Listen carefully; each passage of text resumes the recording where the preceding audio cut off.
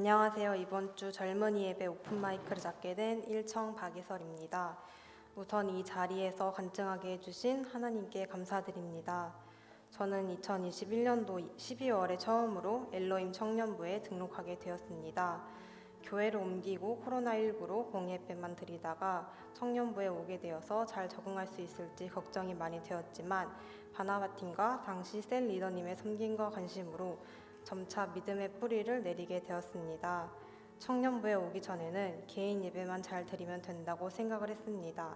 그러나 청년부 지체들과 나눔을 하고 함께 한 부서에서 봉사를 하며 신앙생활에 있어 믿음의 공동체가 얼마나 힘이 되는지를 알게 되었고, 이 공동체를 통하여 하나님께서 또한 역사하신다는 것을 깨달았습니다.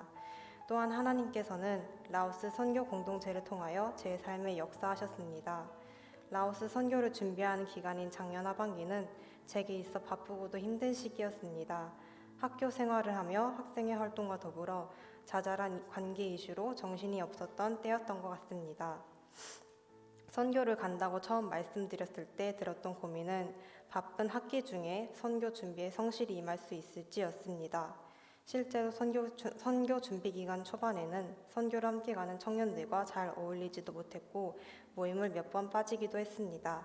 그러나 항상 주님의 일을 준비할 때는 주님이 이끄시듯이 어느 순간 제 주변 환경이 정리되고 선교에 집중하게 되었습니다. 그러고 나니 실감이 나지 않았던 선교가 더욱 제 삶의 일부로 와닿았고 점점 기대가 되기 시작했습니다. 제가 기도를 열심히 하고 무언가를 했기보다는 전적인 주님의 인도하심을 느낄 수 있었습니다. 그렇게 선교를 갔다 와서 선교를 가기 전 메말라 있던 소망과 저의 삶을 통해 이루실 하나님의 일하심이 기대되기 시작했습니다. 그곳에서 말로 복음을 전하진 않았지만 우리가 하는 모든 것 순간순간에 일하시는 하나님을 느낄 수 있었습니다. 물론 선교를 다녀온 이후에도 저의 삶은 늘 바쁘고 정신이 없었습니다. 방학이지만 학생회 활동 등으로 학교를 가고 여러 활동에 참여하는 과정 중에서 회피하고 싶은 일도 있었고 또 새로운 관계 가운데에서 힘들어하는 제 모습은 그때의 은혜를 잊은 것 같았습니다.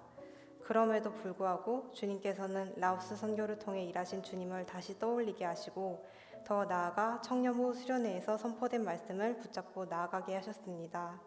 한 번에 한 사람이라는 말씀을 수련회를 가기 전에는 깨닫지 못하였으나 수련회가 끝난 후 삶의 현장 가운데서 다시금 떠오르게 하시고 그 말씀으로 하여금 위로해 주셨습니다.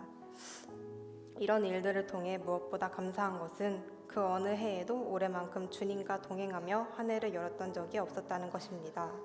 작년과는 다르게 올해 변화된 것은 그 무엇보다도 하나님과 동행하며 하나님의 사랑으로 제 일상에 채워져 나갈 것이라는 확신이었습니다. 제게 일어난 어떤 일 하나도 주님의 계획하심 없이는 되지 않았고 또한 그 가운데에 하나님의 사랑이 있었다는 것을 알 수 있었습니다.